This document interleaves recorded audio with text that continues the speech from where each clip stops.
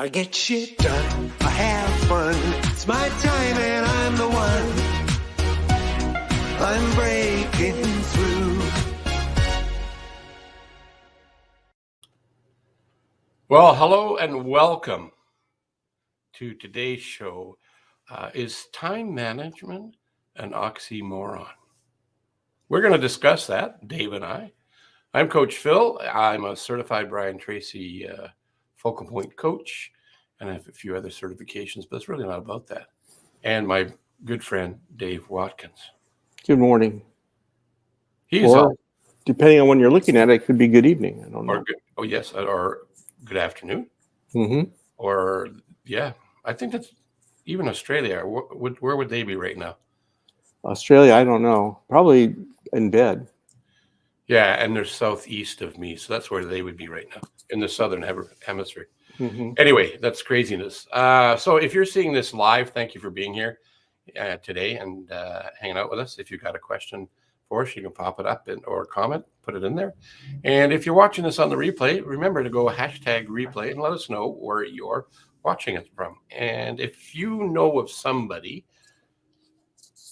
that has a message you feel would benefit the world, would be a great guest for the Business Renovator, let us know.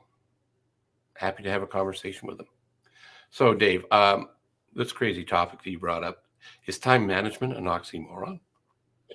Yes, is it? Well, what's an oxymoron? An oxymoron is like jumbo shrimp. Yeah, right.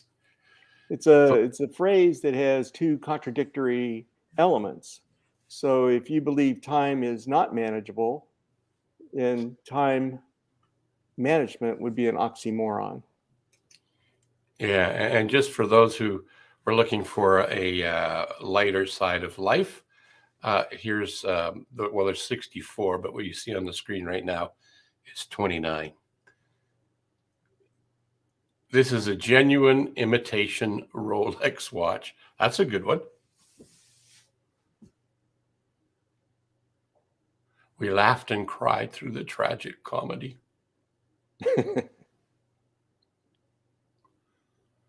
This gossip is old news.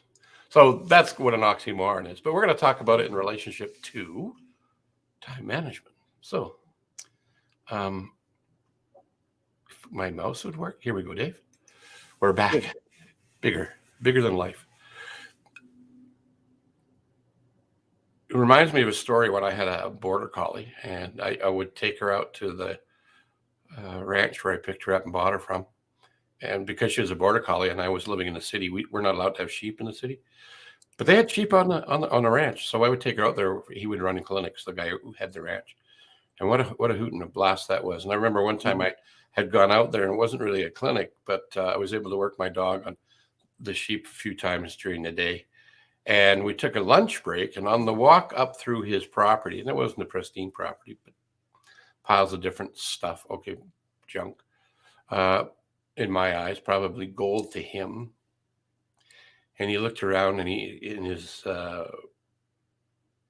cowboy sort of voice, he's a really amazing individual, actually.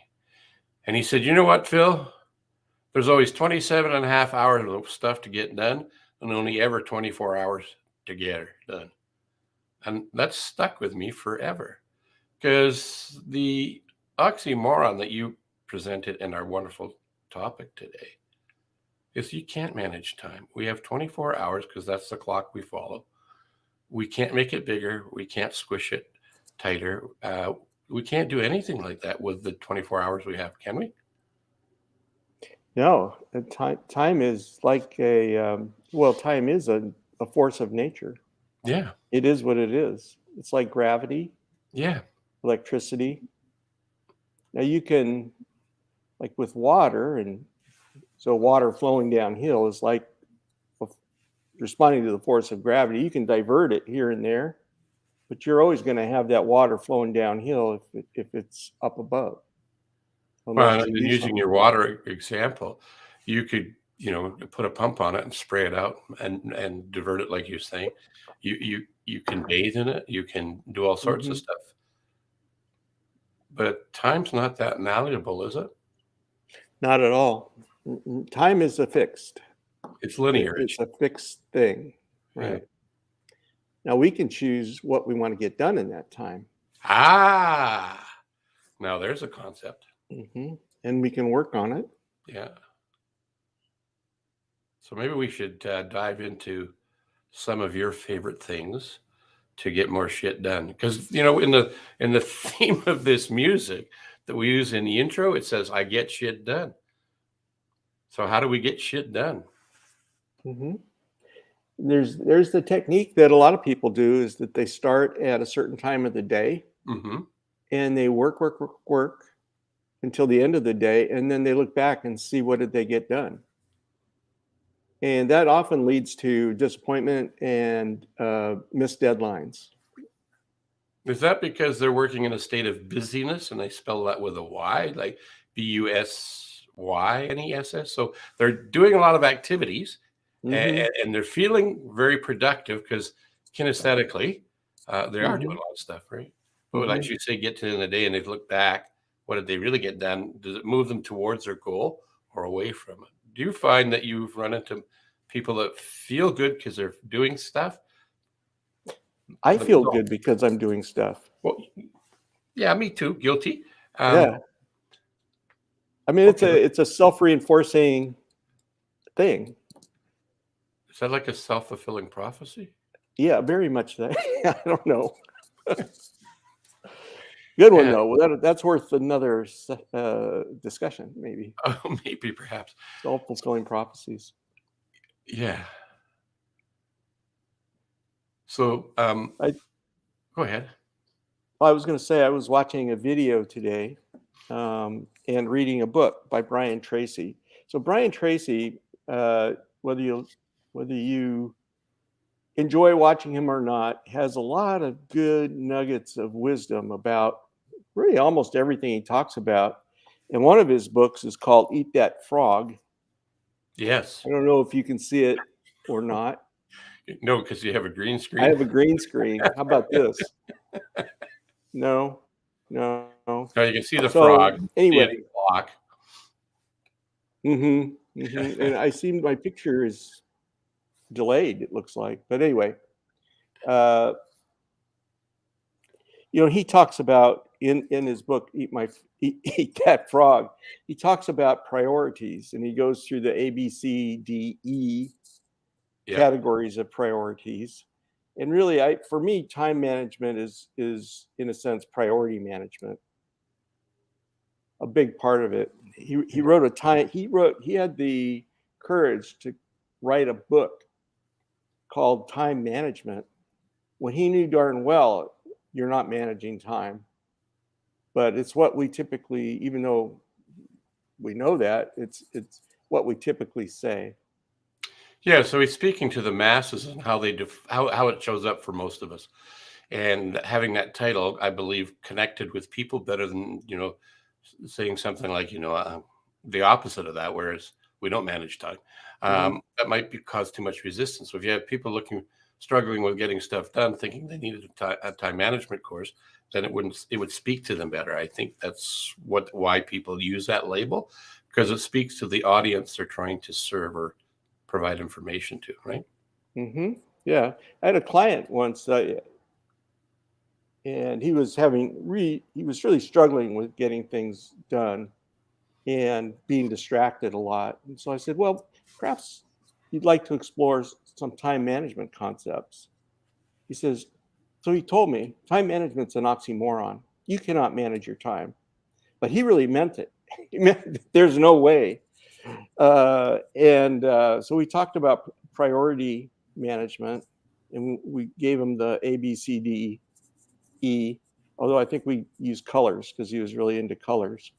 And he still uses that. Turn him around. Yeah, so you can systematize the ways that you work with the time you have available to us. I forget how many, it was 84,400 and some odd seconds a day. Is that what the number is? Yeah, I'd have to watch Rent again to really figure that out. I could calculate it. But, I won't do that today. but it's 84,600, I believe, pretty close to Mhm. that. For your C-style people, I apologize because that's going to drive you nuts. But being that I'm mostly an I in the world of behavioral sciences, 84,600 is close enough. Even if it was 86,400, that would, for the purposes of today.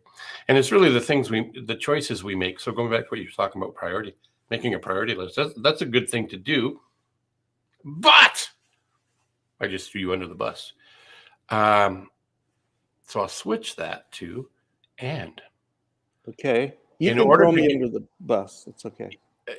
in order to get Proceed. to a priority list, you need to know where you want to get to, so you know what's a priority. So the starting point is, where do you want to go?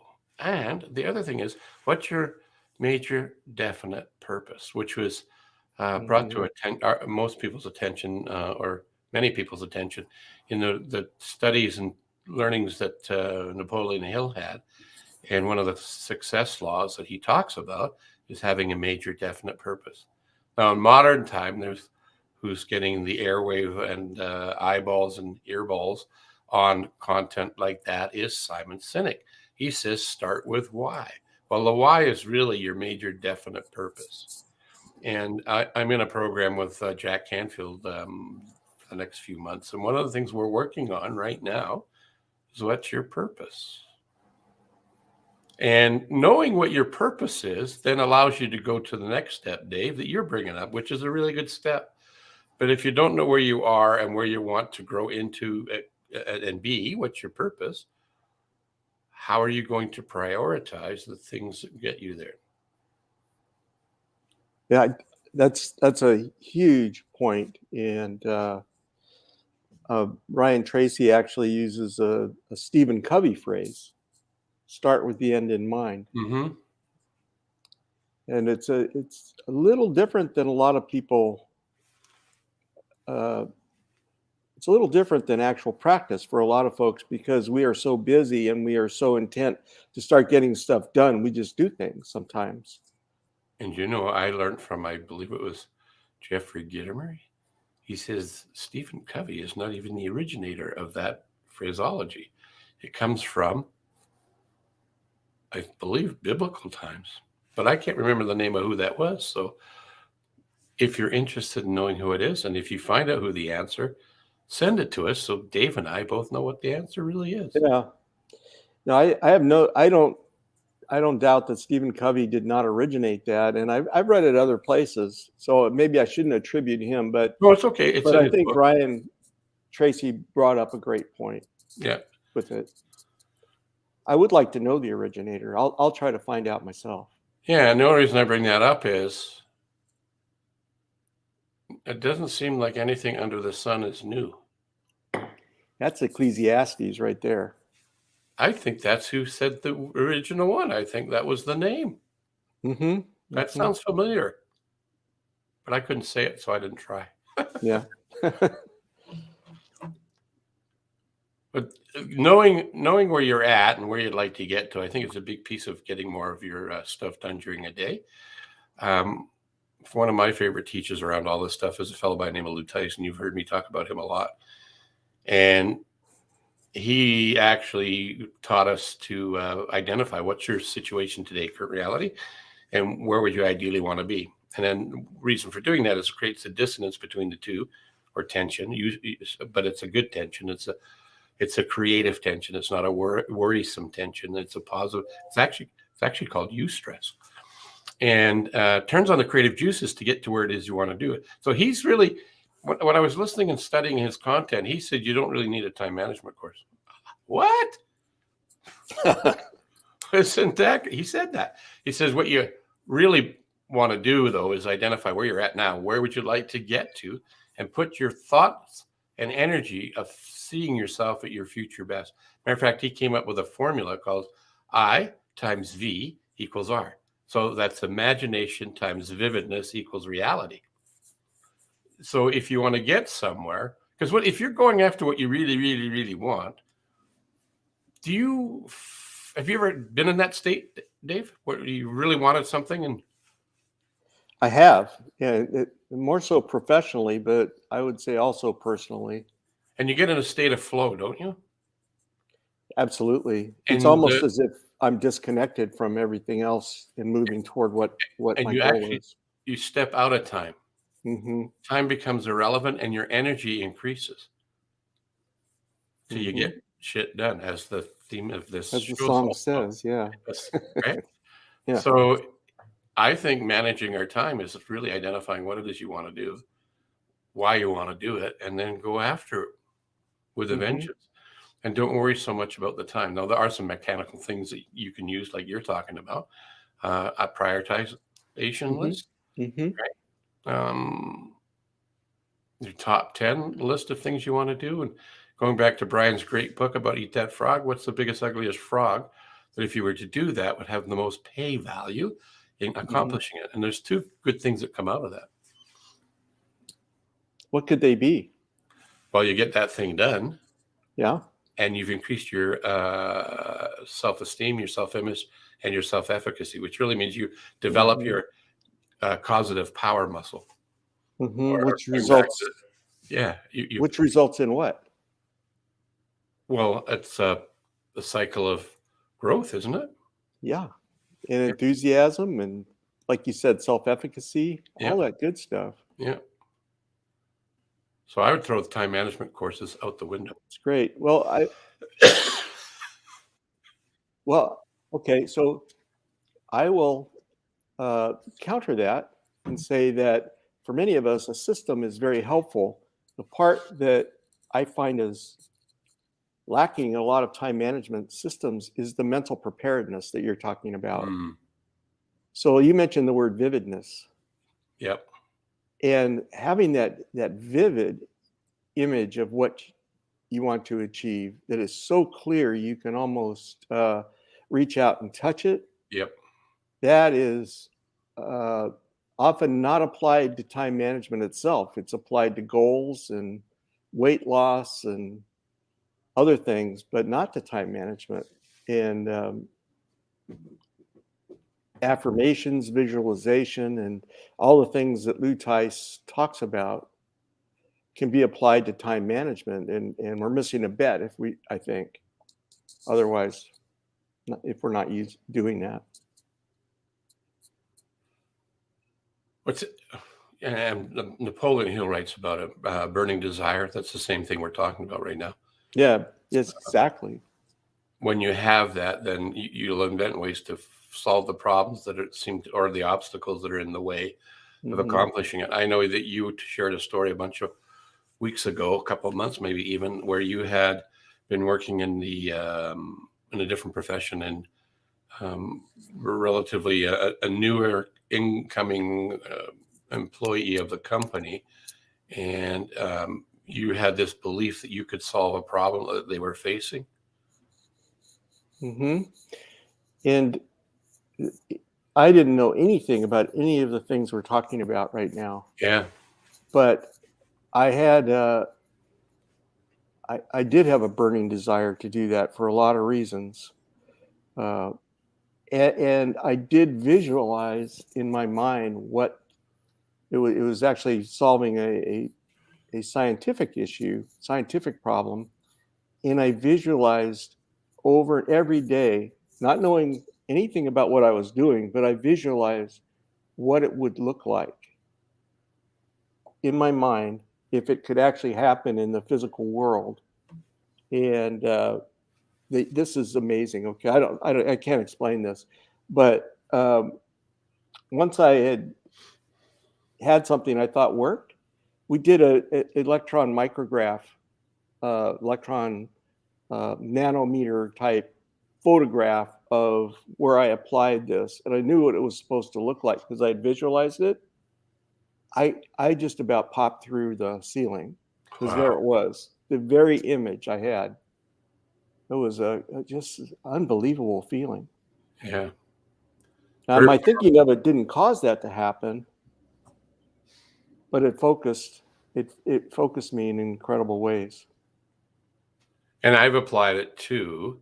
And you know what's interesting about this is, even though I know this and I coach people on it, I I'm challenged.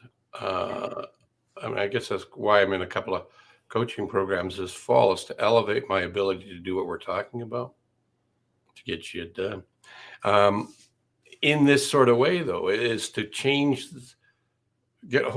break through or break away from whatever's holding my thought processes from allowing it to relax into the possibility of and the emotional connection to an outcome I'm looking to do.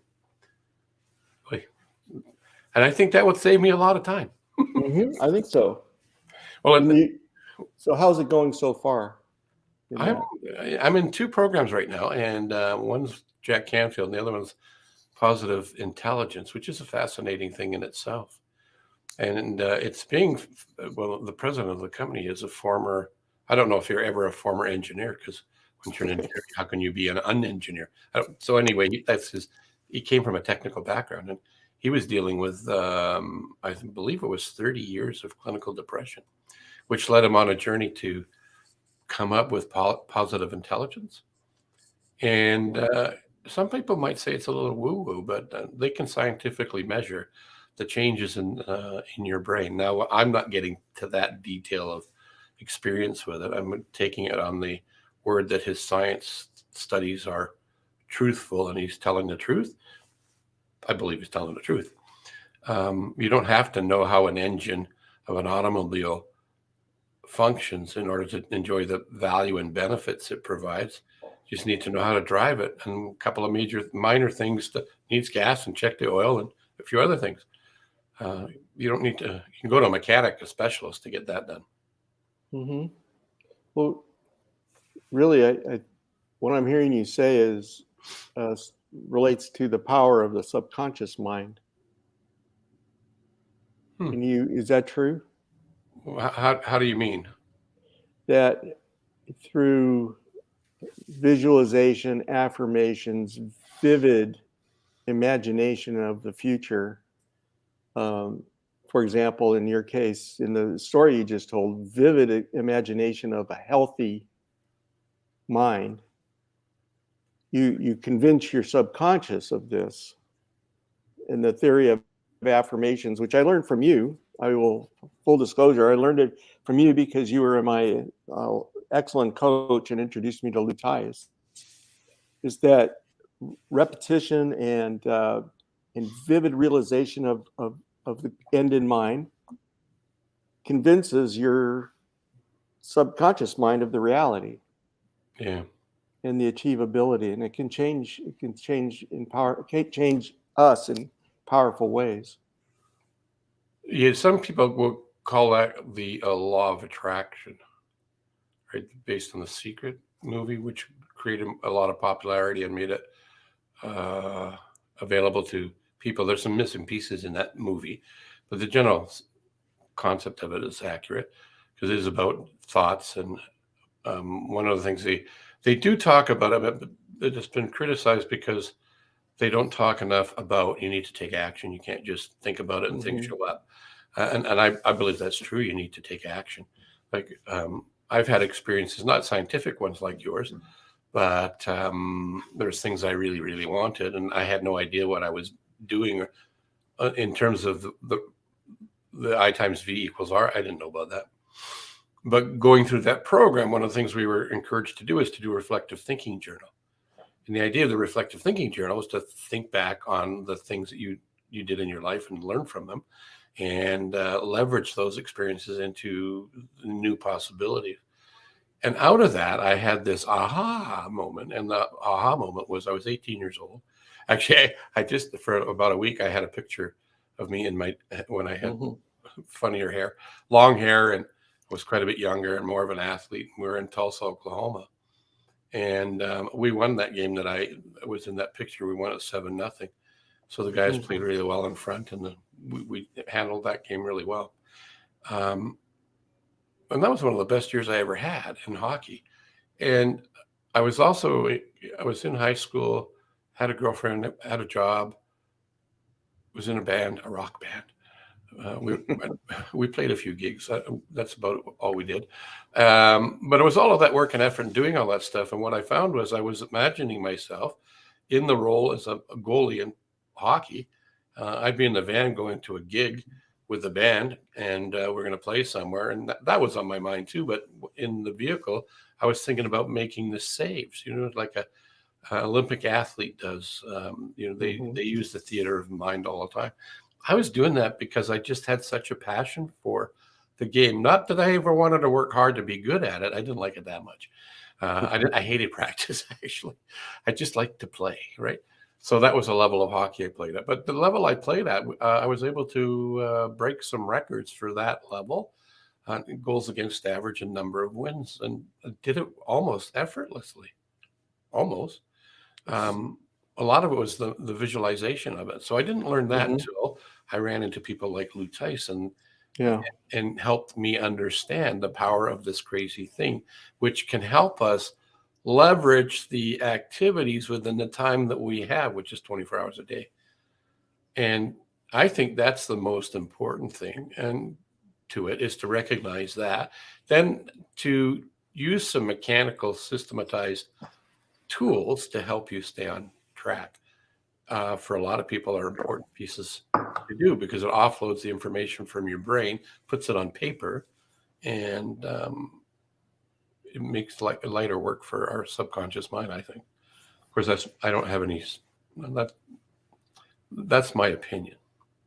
Well, I think it is your opinion, but there's evidence to say your opinion has relevance to real things. I love to watch the skiers in the Olympics. Yeah. The downhill skiers. You're thinking downhole. I'm back into oil and gas. But as they're thinking, they get their eyes closed and they're doing this with their hand, and you can see they're visualizing the course. Yeah. So we can apply that to time. We can apply it to other areas of our life. Yeah. I'm going to give you I'm going to be the director. Move your hands away from your mic. Ooh. Okay. You're a little muffled. You were giving me a signal there, weren't you? I was trying to, but it wasn't. Nice job. I'm not the most astute don't guy. say that. You are so a bright guy. I know this topic was about time management, and is it an oxymoron? There are strategies that you can actually use that will help you. One of them is, I learned this from Michael Heppel, who has written an interesting book called 17. And it's all about getting more stuff done. And he talks about a 17-minute sprint. So instead of doing 10 minutes or 90 minutes or blocking that time out, divide it into 17 minutes. And what I like about that is it often is more energetic than a 90-minute sprint, or not sprint, but marathon, compared to a 17-minute sprint. Now, if you need, 30 minutes or 34 minutes, because 3 times 17 is 34, isn't it? Or is it 44? It's 44. Yeah, it's 44. So you get 45-minute chunk of window of time, and you can do it in go do 17 minutes, and then in the second 17 minutes, and the second 17 minutes. Next thing you know, you've got 45 minutes ish of stuff done. Or if you want to write a book, commit to a 17-minute sprint or 2 17-minute sprints, and write until the time's up. And he says you cannot write awful words for 17 minutes. Good stuff will come out of it. Maybe at the beginning it might not be so good, or chunks of it might not be so good, but some of it will be. And it helps stop that saboteur, which is what I'm learning about in the other program I'm in, from convincing us that, it's a waste of time. I'm not any good at it, all those kind of things.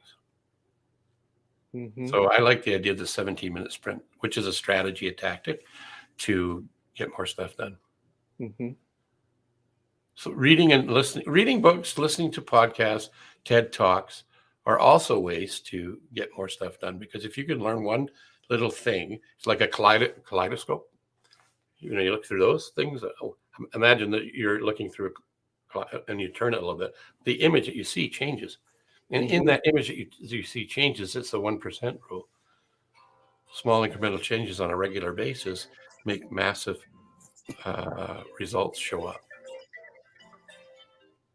So My apologies. that's okay. You didn't know they were going to call you. I forgot to turn my phone off. Is the truth. Oh, well, that could be something you could control. That's true. Yes. Which would give you more time. I didn't have time to turn my phone off. That's a story that our saboteurs bring up to stop us from doing this stuff. Like one of the exercises we're going through, and I think I can share this without any breach of anything. I'm not going to talk about anything or anybody I'm in a group with. But by taking time out to think about, and we're being guided with processes to help us with our limited thinking saboteurs, and taking time out during the day. And one of the things that's apparently must be a common theme, because he's brought it, our facilitators brought it up a couple of times, is he's pointed out that if we were to do the exercises, they're only like 2 minutes long.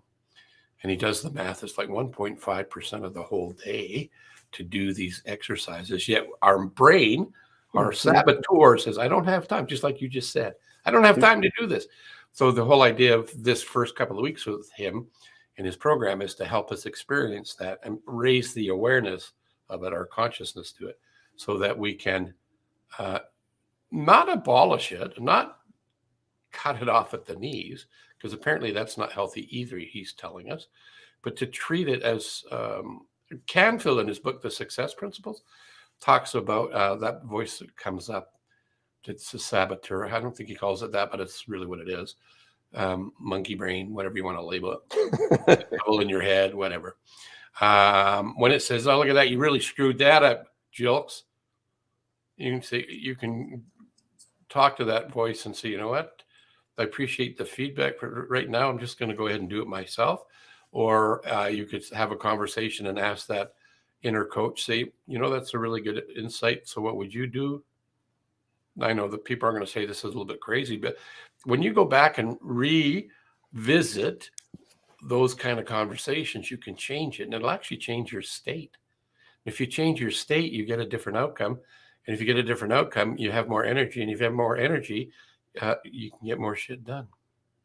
So that's one way to get more life out of the time you have. It's a process of learning and developing. So it's kind of a time management strategy in a sort of non-linear sort of fashion. It is. I've met people that surprise me with how much they can get done, and a lot of it is their energy. Yeah. And also the way they focus it. There's a book called Flow, and I'm not even going to try to pronounce the author's name. And I don't know, and I was going to bring it on and talk about it on the show today, I would have held it up. But my library's not as good, not well organized at the moment. And I don't know where it is. It could be on that, or it could be on that one. So, but the book is called Flow, and he's got a lot of letters in his name. And he talks about when you get into that state of flow. And a way to get into the state of flow in order to get more stuff done is to identify what your major definite purpose is, what's your why, or one of my favorite ways to look at it is if you know what you want and why you want it and stifle the how, you can make many more things come to fruition. Doesn't mean you're going to get absolutely everything, but you're going to get, there's a good one. Yeah, The War of Art by Stephen Pressfield. Great on this subject. Thank you for that. Thank you. Nugget. And Ron is not only a good win, he is a good man. He often pops in with a little bit of wisdom here and there. He's a wise guy. He's a carpenter by trade, I learned recently. but he hasn't been doing that for a long time. He has a swag business. I don't know if he likes me to say that, but he also does T-shirts and does some pretty cool things. Oh, I met him because of COVID. We met in an environment similar to this on Facebook. The time goes by so fast. See how we didn't manage that time very well? We're beyond the 30-minute mark. Mm-hmm. We got into the flow. We did, didn't we? Yes. And we kept on going. That doesn't rhyme as well, but anyway. Is there any other thoughts you want to share with us today and our audience today? I think my takeaway in preparing for this, I would say, I'm gonna sorry for laughing. I'm not laughing at you. He's asking me, did I have trouble pronouncing? Yes, that's the name. That's the guy. Oh, that can't be his real name, right? Yeah, it is his real name. Wow. That's why I can't pronounce it. I'll have to work on that. Anyway, the book is called Flow, and that's the author's name right there. See, people cover your back. All you have to do is show up, and they support you. Appreciate that, Ron. Yeah. And that's also helpful for anybody watching this live now or on the hashtag replay. Let us know where you're watching in from, and any other comments you have for us at the Business Renovator. The other thing we'd like you to do is subscribe to the YouTube channel as well. I should put the link in here so you can find out what it is. But he's being really. Just call him Chaz. There you go. Just go with the flow. Call him Chaz. Okay, and you do that with an accent because he's from the where they speak. Like you see that commercial a couple of years ago when I think it was Hyundai had a car and they call it the smart car. That's kind of where he's from. I love that commercial. They so overstate the accent. It's ridiculously funny. Anyway, that's kind of diversion from, and Ron's got our back again. It's good to have him in the group. Absolutely. So I interrupted you. Sorry about that. It's very quick. It was my takeaway in preparing and in discussing here with you is just the critical aspect of mental preparation, knowing your why, your purpose, and then affirmations, visualization, vividness, and imagination in the time management process and how to get the most out of our time, I should say. Well done. This was another great time to get to hang out with you and have a conversation around which started out with time management and had some interweaving of other concepts. But I think it all relates to getting more stuff done. Absolutely. Thank you, Phil, very much. Thanks for being here once again. Appreciate it, buddy. So that's another episode of the Business Renovator. Thanks for being here live.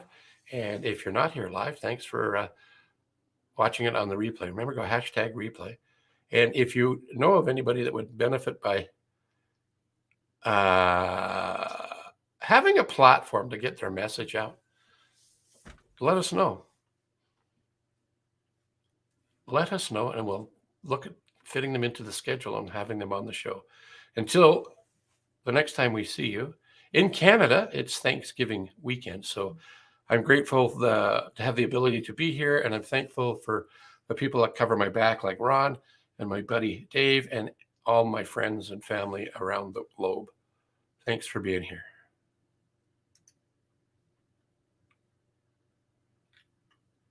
I get shit done, I have fun.